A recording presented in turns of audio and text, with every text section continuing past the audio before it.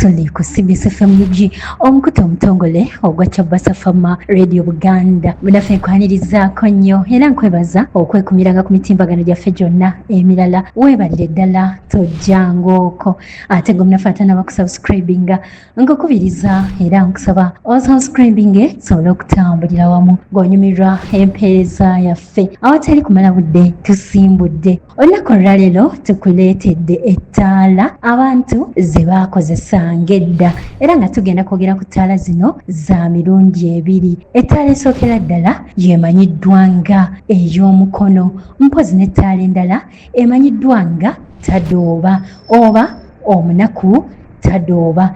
Kale n'olw'ensonga eyo munaffe gw'atazimanyi ettaala zino ze tukuleetedde olunaku olwaleero. Tusoose n'ettaala emanyiddwa nga ey'omukono munaffe tugenda kwogera ku ttaala ez'emirundi ebiri. Ettaala emanyiddwa nga ey'omukono mpozi n'ettaala endala emanyiddwa nga tadooba. Tugenda kusooka n'ettaala emanyiddwa nga ey'omukono. Ettaala eno nga bw'ogiraba awo ng'eri mu prosesi gamba ng'okuteekebwamu amafuta n'ebirala. Nazzikuno bajjajjaffe ettaala zino ze baakozesanga ng'ebitangaala mpozi nga bw'olaba balubu. Ettaala eyo nga bw'ogiraba wano mu katambi eri mu kuteekebwateekebwa wabula ettaala yaffe eyo nga bw'ogiraba ekaddiyeemu naye bw'etyo bwe yabeeranga. Bajjajjaffe baagendanga ku maduuka ne bagula amafuta bwe batyo ne bafuna ke baayitanga akawujjo okusobola okuteekamu amafuta nga bw'olaba awo. Ettaala eyo baakwatanga ekirawuli ekyo ne bakisiimuula bulungi anti kyabanga oluusi kizzeeko enziro. Bwe baamalanga okisiimuula obulungi bwe batyo ne bakizzaamu mu ttaala era awo ne bakwata akawujjo nga bw'okalaba akayambako okufukamu amafuta galeme okuyiika ebbali. Awo nno ne bateekamu bulungi amafuta bwe batyo ne bakwata akabiriiti ne bakuma olwo ettaala eyo n'etandika okwaka. Tuli ku ttaala eno ey'omukono. Ettaala y'omukono nneeno nga bw'ogiraba nazzikuno ng'ekozesebwa bantu abaabeerangamu ne ku ssente bayite abaakolamu era nga mu biseera eby'edda ettaala eno wagisanganga mu maka gaabo abaali balinamu. Mu ngeri y'emu ettaala eno ey'omukono yakozesebwanga nnyo ku mikolo gamba ng'ennyimbe oba obusiki. Gw'atamanyi busiki akasiki gwe mukolo oguddirira embaga enkulu. Kale katugambe omuwala bw'aba anaatwalibwa mu bufumbo ewaabwe gye bamuzaala bakola omukolo ogwo. Omukolo gwe baayitanga akasiki oba n'ewaabwe w'omulenzi baakolanga omukolo oguddirira embaga okugeza ng'embaga ya Lwamukaaga akasiki ako kaabeerangawo Lwakutaano olwo nno n'embaga n'ebeerawo enkya. Kale nno ettaala zino ez'omukono zaakozesebwanga ku mikolo egyo gamba ng'obusiki, embaga, ennyimbe n'emikolo emirala. Mu ngeri y'emu abantu abaazuukanga enswa mu biseera by'edda baakozesanga ettaala zino ez'omukono okugenda okuzuuka enswa olw'okuba nti ettaala eno ey'omukono terina kitangaala kimala bulungi. Ku mikolo zaayambibwangako ettaala ezirina ekitangaala eky'amaanyi ezimanyiddwa nga sitima. Kale nga ku mulembe guno ze twandiise ettaala zikabejja anti sitima yo yalinga eyakira ddala bulungi. Kale nno ku mikolo ettaala zino ez'omukono zaayambibwangako ettaala zikabejja zisitima okusobola okuggyawo bulungi ekitangaala.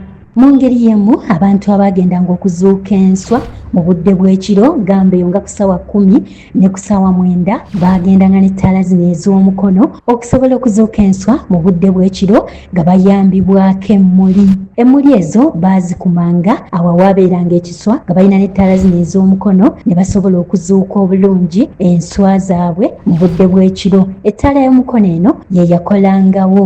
Mu ngeri y'emu ettaala zino ez'omukono zaakozesebwanga abantu abakulu gamba nga mu bisenge byabwe anti ng'abaana bajja kwasa ebirawuli. Kale nga babatangira ettaala zino ez'omukono ng'abakulu be batera okubeera nazo. Munaffe nga tutandika nakugambye tugenda kusooka n'ettaala eno ey'omukono. Kati mu kaseera kano katugende ku ttaala eno emanyiddwa nga Tadooba. Ettaala eno Tadooba ye yabeeranga mu maka g'abantu abasinga obungi mu biseera by'edda, anti yali ya layisi nga buli maka gasobola okugifuna. Ettaala zino ze baayitanga Tadooba, erinnya eryo baalimalangayo nti omunaku Tadooba, anti ze ttaala ezaabeeranga mu maka g'abantu abanaku abasingira ddala abaabeeranga tebalina ssente oba oliawo ng'era tebasobola kugula ttaala zino ez'omukono. Mu ngeri y'emu bajjajjaffe mu mirembe gy'edda amafuta bwe gaabakalubiriranga okugula baatuulanga ebweru ne baliira ku mwezi, anti ng'olwo tebalina ssente zigula amafuta agaateekebwanga mu ttaala zino. Kale no munaffe akataala ako akatono koolaba ke bayita Tadooba oba omunaku Tadooba, ng'akataala ako kaakozesebwanga nnyo mu maka g'abantu abasinga obungi mu biseera eby'edda kubanga kaali ka layisi ate ng'era tekanywa nnyo mafuta. Akataala kano nako kaateekebwangamu entambi, gamba nga bw'olaba olutambi lwa sitoovu, naye ate era mu ngeri y'emu bajjajjaffe oba bamaama baayuzanga ku bikubiro byabwe bwe bityo ne babifuula entambi ne babiteeka mu kataala kano ne bateekamu amafuta era ne bakoleeza. Ng'ettaala eno nayo yakolanga nnyo mu biseera by'edda nga yeebeeranga balubu nga bw'olaba mu mulembe guno. Mu ngeri y'emu ettaala ezo ez'omukono bannaffe abaalyanga amayenje baazikozesanga ne bagendanga mu nnimiro obudde obw'ekiro okukwata amayenje, anti munaku Tadooba yali tasobola kutambula mu budde obwo olw'okuba nti empewo yabeeranga nnyingi. Kale nno ettaala y'omukono eno yayambanga nnyo okukwata amayenje, anti yali tesobola kukubwa mpewo neezikira. Kale no munaffe ebyafaayo by'ettaala zino bajjajjaffe ze baakozesanga mu mirembe gy'edda. N'olwaleero ettaala zino zisobola okuba nga zikyaliyo naye zikendeeredde ddala olw'emirembe okukyuka, nga mu kaseera kano abantu bakozesa nnyo sola mpozi nga kw'otadde n'ettaala ezimanyiddwa nga balubu.